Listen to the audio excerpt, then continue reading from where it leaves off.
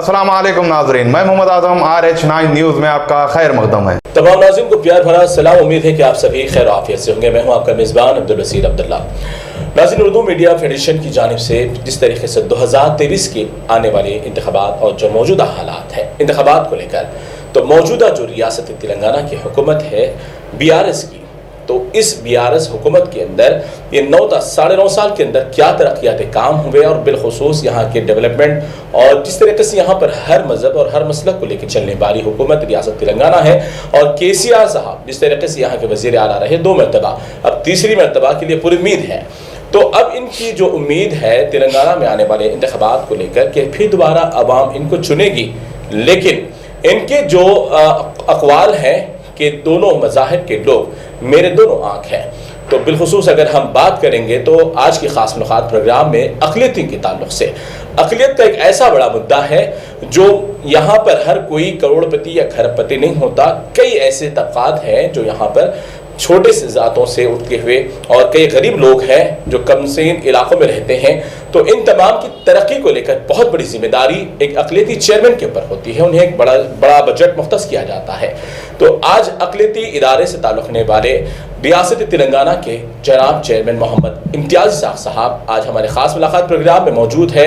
आज हमारे स्टूडियो में आज आपकी ख़ास मुलाकात में बहुत सारी गुफ्तगू होगी। तो मैं सबसे पहले इम्तियाज़ इसाक़ साहब का तहे दिल से शुक्रिया अदा करूँगा। बहुत बहुत शुक्रिया, आपने कीमती वक्त दिया। इम्तियाज़ साहब से हम मुख्तसर से अहम सवालात पर गुफ्तगू करेंगे। और नाज़रीन, अगर आपको भी इम्तियाज़ साहब से कुछ सवाल करना हो तो आप कमेंट के ज़रिए वो सवाल हम तक पहुँचाएँ तो ज़रूर हम चेयरमैन साहब तक पहुँचाएँगे।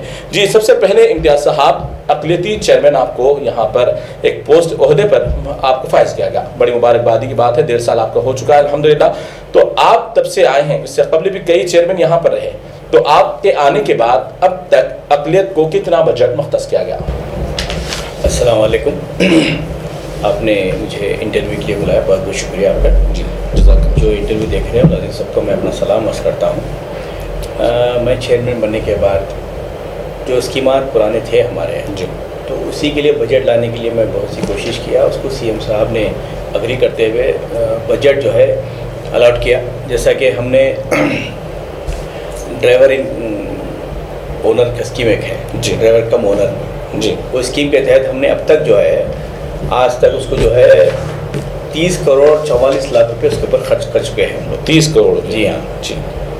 तो उसमें जो है 815 लोगों को कार दे चुके हैं। 815 लोगों को कार दे चुके हैं, जो मारुति डिज़ायर कार होती है जी, जिसमें 60% गवर्नमेंट ऑफ तेलंगाना का सब्सिडी होता है जी, बाकी का अमाउंट जो है बैंक लोन रहता है। तो इसके लिए हम लोग जो है टोटल जो है 30 करोड़ पहले किए थे, 7 करोड़ हमने परसों खर्च किए हैं हाल में 1-2 महीने पहले। यानी 37 करोड़ के ऊपर 37 करोड़ 2014 के बाद से। जी। तो ये स्कीम इससे पहले हुक्मरान जो कांग्रेस का दौर था या TDP का दौर था, ऐसे स्कीमात नहीं थे। KCR साहब की हुकूमत ये चाहती है कि जो गरीब लोग हैं जी, तो उनके लिए गवर्नमेंट के कुछ ऐसे स्कीमात मिले, जैसा कि ऑटो। जी, उसके लिए हम ऑटोज़ भी दिए हैं, कम से कम 1700 ऑटोज़ हमने दिए हैं। 1700 ऑटो? 1744 ऑटोज़ हमने जो है 2014 से अब तक दिए हैं, जिसमें उसका बजट 12 करोड़ 66 लाख रुपये था। जी। तो ये भी जो है हम लोग इसकी भी जो है तकरीबन जो है 60% सब्सिडी के हिसाब से हम दिए हैं। जी। तो हमारी हुकूमत का मकसद होता है कि जो गरीब लोग हैं वो अपने पैरों पर खड़ा हो जाए। जैसे आप देख रहे हैं कि अगर किसी का ऑटो लेके किराए पे चाहे तो 200-300 रुपये मिलते हैं। जी। तो KCR साहब ये चाहते हैं कि चाहे वो ऑटो हो या कार हो या कुछ और स्कीमात हो जो आवाम तक पहुँच सके, जो हुकूमत को वोट डालते हैं कुछ आ सके कि गरीब कि हमारे तक कुछ उम्मीद होते हैं कि कुछ हासिल हो जाए। तो हुकूमत तेलंगाना ऐसे स्कीमात लाई है जो गरीब आवाम तक पहुंच सके। जी।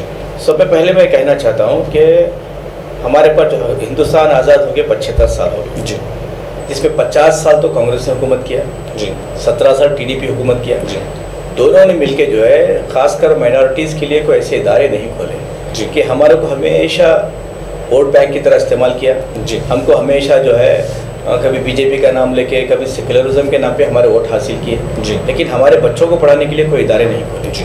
जो हमारे गरीब ख़वातीन जिनकी बच्चियों की शादी के लिए जो है वो चंदा करने के लिए जब फिरती थी, तो KCR साहब जब तेलंगाना आने से पहले कहते थे कि तेलंगाना जब आएगा, तेलंगाना आने के बाद जो है सबको जो है मैं तरक्की की तरफ लेके जाऊँगा, हर ज़ात हर तबके के लोगों को साथ में लेके जाऊंगा, बराबर वादा था। केसीआर साहब ने उस सब में पहले दो चीज़ों को महसूस किया। जी, एक ये महसूस किया कि अगर मुसलमानों में तरक्की होना है तो उनके घरों में तालीम होना है। जी, बराबर। देखिए पिछले 50 साल से हमारा मुत्तहिदा आंध्र प्रदेश का पॉपुलेशन 1 करोड़ के आसपास, 1 करोड़ के ऊपर था, जी, लेकिन हमारे लिए ना बजट थे ना हमारे लिए स्कूल्स थे। जी, टोटल 12 स्कूल थे मुत्तहिदा आंध्र प्रदेश में, सिर्फ 12 स्कूल थे। जी, तो केसीआर साहब जब तेलंगाना बनने के बाद जब रेसिडेंशियल स्कूल्स की बात आई तो केसीआर साहब ने कहा कि सब में पहले मुसलमानों के लिए स्कूल खोला जाए। जी, जिस कांग्रेस ने मुसलमानों को जो है मैकेनिक शेडों पे, पान डब्बों पे, पंक्चर की दुकानों पे, फ्रूट की मंडियों पे बिठाया था, आज उन्हीं के बच्चों को पढ़ाने के लिए केसीआर साहब इदारे खोले। चलिए, बड़ी बात तो है इम्तियाज साहब, जैसे कि नाज़रीन अब आप आपकी मौजूदा हुकूमत से जुड़े रहे, आप एक ओहदे पर फायज रहे, इसीलिए हर कोई अपनी जिस हुकूमत से जुड़ा होता है तो हुकूमत की तारीफ करे। लेकिन यहाँ पर अब जो बड़ी जिम्मेदारी की बातें हैं वो ये है कि कई स्कीमात अक़लियत के ऊपर डिपेंडेंट थी, जैसा कि डबल बेडरूम है, शादी मुबारक है, इमाम मौज़िन की तनख्वाहें हैं, और जिस तरीके से देखा जाए आपने बताया कि 815 कार को यानी लोगों तक दिया गया, यानी 37 करोड़ के बजट से दिया गया, तो 37 करोड़ के 815 कारों से कितनों की रोजगारी लगी तो आप बेहतर समझ सकते हैं। और बहुत सारी चीजें स्कॉलरशिप्स वगैरह भी है, उस पर मुख्तसर से सवालात करते हुए जवाब को मुकम्मल करेंगे ताकि आपको भी समझ में आ जाए कि क्या वाकई बीआरएस हुकूमत अक़लियत के इदारे से फायदा करी या नहीं। तो आपको बात सवाल यह है कि अब तक जो डबल बेडरूम की जो स्कीम थी, वो डबल बेडरूम की स्कीम में अब तक कितने लोगों को आपने डबल बेडरूम दिया है? देखिए, हर असेंबली कॉन्स्टिट्यूंसी में जितने भी घर बने, कहीं 4000, कहीं 5000, कहीं 10,000, कहीं 6,000 बने। मुकम्मल कितने तेलंगाना के अंदर? तो वो तो पूरा हिसाब मैं तो देखा नहीं हूँ, लेकिन पूरा स्टेट का अगर हम देखें तो लाखों में रहता है इसको जी। तो इसके लिए खासकर जो है मुसलमानों के लिए जो है जहाँ आबादी के हिसाब से वहाँ पे डिप सिस्टम से ये जो है डबल बेडरूम सिलेक्ट किया गया है। जी। तो उसमें रेशियो हमारा हम जो बोल रहे हैं 10% नहीं, 20%, 30% भी बहुत सारे मुसलमानों को हाउसेस आए हैं। जी। कहीं कम आए हैं, कहीं ज़्यादा हैं, लेकिन इसका ये मतलब नहीं है पूरा जो डबल बेडरूम हमारे को नहीं आए बोलना गलत है। ये बहुत सारी शिकायतें कमेंट के जरिए आती हैं। नहीं, देखिए, जिसको नहीं मिलते हैं वही कमेंट करते हैं। मिलेस वाला कोई कमेंट नहीं करता, मुझे मिला बोल के कमेंट नहीं करता, जो नहीं मिला जिसको तकलीफ है वही कमेंट करता है। एक अंदाजा 50,000 के आसपास में कुछ लोगों को घर मिले, ज़्यादा मिले हैं, ज़्यादा बिल्कुल मिले। मैं एक एग्जाम्पल देता हूँ, बोचारम श्रीनिवास रेड्डी साहब की जो बांसवाड़ा काउंसिलेंसी है जी, वहाँ पे करीब 11,000 घरें बने जी।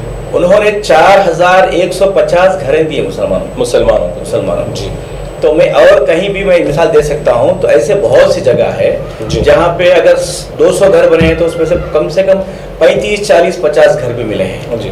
तो आप रेशियो देख लीजिए आप। तो पुराने शहर की आवाम काफी से मुतासिर है, भी वो भी नहीं हासिल हुआ। देखिए, पुराना शहर में मुस्लिम आबादी बहुत ज्यादा है जी। आप सबको मुतमईन नहीं कर सकते हैं, बराबर। तो सबको मुतमईन करने के लिए वक्त होना पड़ता है। जी। हमने डबल बेडरूम 9.5 साल काफी नहीं रहे? नहीं, डबल बेडरूम 9.5 साल पहले शुरू नहीं हुआ जी। लास्ट इलेक्शन का वादा था, उसको केसीआर साहब ने 4 साल के रफ्ता करते जा रहे हैं। 4 साल में आप कितने घर बना सकते हैं बोलिए आप? बराबर। अगर अपना मैं खुद अपना जाति घर बनाऊं तो 1 साल 1.5 साल आराम से जाएगा। तो ऐसे हजारों में अगर घर बनना है तो आपको वक्त लगता है, वक्त लगेगा। तो मैं एक ही कहना चाहता हूँ आवाम से, अगर आप कांग्रेस की 50 साल इफलासी अगर ख़त्म करना है, चाहे वो तालीमी मैदान में हो, चाहे वो डबल बेडरूम घरों में हो, चाहे कुछ अक़लियतों के लिए स्कीमात हो, उसको अगर आगे लेके चलना है तो केसीआर साहब को कम से कम एक 25 साल का मौका देना चाहिए। अभी 50 साल में कांग्रेस ने हमारे लिए कुछ नहीं किया। मैं आज भी चैलेंज करता हूँ कांग्रेसियों को, तुम 50 साल के दौर का एक हिसाब बता दीजिए कि अक़लियतों के लिए अब क्या काम किया, एक इदारा बता लीजिए। आज कांग्रेस वाले बोलते हैं कि बहुत से जो है स्कूल कॉलेजेस बंद हो गए बोल के बोलते हैं, लेकिन केसीआर, मैं खुद बोलता हूँ, जो बोलते हैं उनके बच्चे खुद इंग्लिश मीडियम में स्कूल में पढ़ रहे हैं। मैं ये चैलेंज करता हूँ, जो टीवी में आके बोलता है कि उर्दू मीडियम स्कूल बंद हो गए हैं, उन्हीं का बच्चा इंग्लिश मीडियम स्कूल में पढ़ता है जी।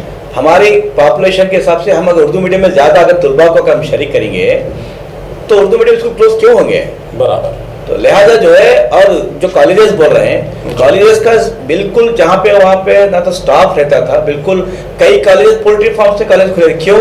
फीस रिएम्बर्समेंट आने की वजह से, स्कॉलरशिप की वजह से डम्मी कॉलेजेस भी चलाए। अगर 50 स्टूडेंट है तो 200 स्टूडेंट, 300 स्टूडेंट लगा के जो है स्टूडेंट वाला की जो है स्कॉलरशिप हासिल, फीस रिइंबर्समेंट लिए सो है, ये सब चीज़ जो है स्कैम बाहर निकलने के बाद इसके ऊपर एक्शन लिया गया है। जी, जैसा कि हमारे इम्तियाज साहब चेयरमैन जो है अखिलेती बहुत बड़ी जिम्मेदारी संभाल रहे हैं, इनका कहना है कि डबल बेडरूम एक नहीं दो नहीं बल्कि हजारों लाखों लोगों को मिले हैं और भी मजीद इसकी तैयारी जारी है, लेकिन उसके लिए मजीद वक्त अगर आपको वो डबल बेडरूम हासिल करना है तो फिर से 3 और मजीद और जो आने वाले वक्त है 3 असेंबली इंतखाबात है उसमें BRS को जिताने की बात कर रहे हैं। तो एक सवाल, 1 लाख रुपए की जो आपने स्कीम निकाली है वो 1 लाख रुपए की स्कीम कितने लोगों तक पहुंची और कितने लोगों को भी देना बाकी है? जो 1 लाख की स्कीम आप बोल रहे हैं, हमने दिसंबर 19 को जो है 2022 को जो है एप्लीकेशन ऑनलाइन क्वालिफाई किया था जी, और जिसके 20 दिन जो है एप्लीकेशन ऑन रखे थे हम लोग जी, 2,16,000 एप्लीकेशंस आए। तो पहले 80% सब्सिडी थे जी। तो उसको हमने पहले मरहले में 1200 लोगों को दे दिया, 1200 लोगों को 1200 लोगों पहले को मरहले। 80% के हिसाब से दे जी। दिए हम लोग। बाद में जो है हम KCR साहब से रिक्वेस्ट किए जी। और हमारे असद साहब, अकबर साहब ने भी जो है, महमूद अली साहब ने भी जो है CM साहब से एक मीटिंग की थी पूरे ऑल ओवर तेलंगाना इश्यूज़ पे। तो उसमें ये भी इशू आया कि माइनॉरिटीज़ के जो लोन्स है उसको 80% नहीं बल्कि 100% सब्सिडी से किया जाए। ओके। तो उसके बाद जो है इमीडिएट CM साहब ने जो है फाइल को मंगवा के जो है 80% की जगह 100% सब्सिडी कर दिया इसको। ओके। करने के बाद जो है इमीडिएट हमको 120 करोड़ रिलीज कर दिए। तो ये सब्सिडी का जो लफ्ज़ है बहुत सारे लोग उसको जानते नहीं कि सब्सिडी किसे कहते हैं, यानी ये 1 लाख रुपए इनको दिया जा रहा है तो ये कर्ज हसना इनको फिर दोबारा इनको अदा करनी है या नहीं? दोबारा अदा करना नहीं, ये 100% सब्सिडी से है। ओके। यानी कि 100% आपको जो अमाउंट दिया जा रहा है वो हुकूमत की तरफ से आपको छोटे मोटे कारोबार करके अपने पैरों पे इसको लौटाना नहीं है? इसको लौटाना 1 रुपया लौटाना नहीं है जी, बड़ी बात है। ये 100%। तो हमने अब तक 15,000 लोगों को दिया, 15,000 लोगों को? 15,000 लोगों को दिया। ओके। तेलंगाना बनने के बाद हम टोटल अब तक जो है इससे पहले भी जो है 16-17 में भी कुछ लोन्स थे 50,000 के, ऐसा कुछ 1 लाख के। तो अब तक हमने 31,254 लोगों को हमने लोन दिया, सब्सिडी हिसाब से हम लोन दिए, जिसका बजट 281 करोड़, अच्छा 281 करोड़, 281 करोड़ ओके। हम तेलंगाना बनने के बाद 2014 KCR साहब की हुकूमत आने के बाद से अब तक हमने जो है इस सब्सिडीज पे हमने जो है खर्च किए हैं। जी, यहाँ तो ये बात जिस तरीके से नाज़रीन हमारे कई लोगों की शिकायतें हैं कि ना हमें डबल बेडरूम मिला है ना 1 लाख रुपए की स्कीम मिली है। बहुत सारे लोगों के वालिदैन भी अब इंतजार में हैं कि उनकी शादी मुबारक के चेक्स भी यहाँ पर पेंडिंग पड़े हैं या फिर उनके हवाले नहीं किया गया। तो फिर एक जिस तरीके से 1 लाख रुपए के बहुत सारे लोगों को कन्फ्यूजन था कि 70,000 रुपये रख लेना है, 30,000 रुपये फिर उनको वापस अदा करना है, लेकिन हमारे चेयरमैन साहब का कहना है कि मुकम्मल तौर पर 100% सब्सिडी दी गई, यानी आपको सिर्फ एक तोहफे के तौर पर 1 लाख रुपए दिया गया ताकि आप छोटा मोटा कोई कारोबार कर सके। जी, शादी मुबारक के ताल्लुक से जो बेहतरीन स्कीम हमारी नज़र में, और यकीनन एक माँ बाप के लिए किसी 500 या 1000 रुपये की चीज़ खरीदना बड़ी मुश्किल होती है एक बच्ची के वालिदा के लिए, तो यहाँ पर जो स्कीम शादी मुबारक की निकाली गई है वो स्कीम के अंदर भी माशाल्लाह बहुत अच्छा बजट लाया गया। तो अब तक कितने लाख बच्चियों की शादियाँ शादी मुबारक स्कीम के तहत हुई? देखिए, तेलंगाना बनने से पहले जी, हुकूमत जो भी थी, कांग्रेस की हुकूमत थी कि एक जो है इज्तिमाई शादियों की तौर पे एक स्कीम निकाली थी। जी, तो आप देख सकते हैं उसमें जो है पूरे 10 साल में सिर्फ 5 करोड़ 50 लाख रुपए खर्च किए। 10 साल में 5 करोड़ 50 लाख, 728 लोगों को जो है इज्तिमाई शादियां बोल के 25,000 के हिसाब से वो लोग कुछ सामान दिला के जो है हज हाउस में अगर शादी कर रहे हैं तो माँ अपनी बेटी को लेके आज दुल्हन के तौर पे नौशा आ गया, बैठ गया, इज्तिमाई शादियां सबके सामने जो है तमाशाई करके जो है कांग्रेस ने हमारा मजाक उड़ाया। लेकिन KCR साहब ने क्या महसूस किया, जो माँ अपनी बेटी, गरीब बेटी की शादी करने के लिए शादी का कार्ड बना के घर घर फिर के जो चंदा करती थी, KCR साहब ने वो महसूस किया किसी मुसलमान खवातीन को किसी के घर को जाके चंदा करने की जरूरत नहीं है। हुकूमत तेलंगाना की तरफ से शादी मुबारक स्कीम निकाली गई, वो महसूस करके। ये जो अखिलियती दोस्त हमारे KCR साहब हैं जिनकी सोच हमारे अखिलियतों से मिलती, मतलब वो सोचते हैं अखिलियतों के बारे में, आप इससे जाहिर कर सकते हैं कि आपको जो है कहीं बुलाया नहीं गया। जैसे दुल्हन के अकाउंट में पैसे डाले गए हैं, पहले 50,000 से शुरू किया गया, उसके बाद 25,000 किया गया, उसके बाद 1,01,16 रुपये आज जो है डायरेक्ट दुल्हन के अकाउंट में गए। अब कुछ बढ़ाने की उम्मीद है आने वाले इंतखाबात के बाद? सीएम साहब बढ़ा भी सकते हैं, क्योंकि सीएम साहब महसूस करते हैं इस चीज को क्योंकि आपकी हुकूमत के अंदर महंगाई भी बहुत ज्यादा है। बिल्कुल है। देखिए जैसे जैसे केसीआर साहब ने 50,000 से शुरू किया था, 65,000 किया, 1 लाख किया, हो सकता और आगे बढ़ाते हैं, लाख 1.5 लाख की उम्मीद भी कर सकते हैं। तो हम ये, क्योंकि केसीआर साहब एक ऐसे दिलदार सीएम हैं, वो चाहते हैं कि हुकूमत तेलंगाना की तरफ से अक़लियतों के लिए जो खासकर महसूस किया जाता है, एक तालीम, दूसरा गरीब बच्चों की शादी के लिए, 2 चीजों की जिम्मेदारी होती है, बहुत अहम चीज है। बल्कि केसीआर साहब कितने लाख बच्चों की शादियां हुई? आप यकीन नहीं मान सकते आप 2,75,475 गरीब लड़कियों की शादियां हुकूमत तेलंगाना केसीआर साहब के सदारत में हुई। 2,75,000 दौर में जी 9.5 साल के दौर में बोल रहा हूँ मैं आपको। अच्छा, जिसका बजट आप अंदाजा लगा लीजिए, जिसका बजट जो है 2033 करोड़ हम खर्च कर चुके हैं इसके ऊपर, शादियों पर, खाली शादियों पे। अच्छा, 2033 करोड़ किधर, कांग्रेस के 10 साल में 5 करोड़ किधर, ये गौर करने की बात है। बड़ी आप अंदाजा लगा सकते हैं। बड़ी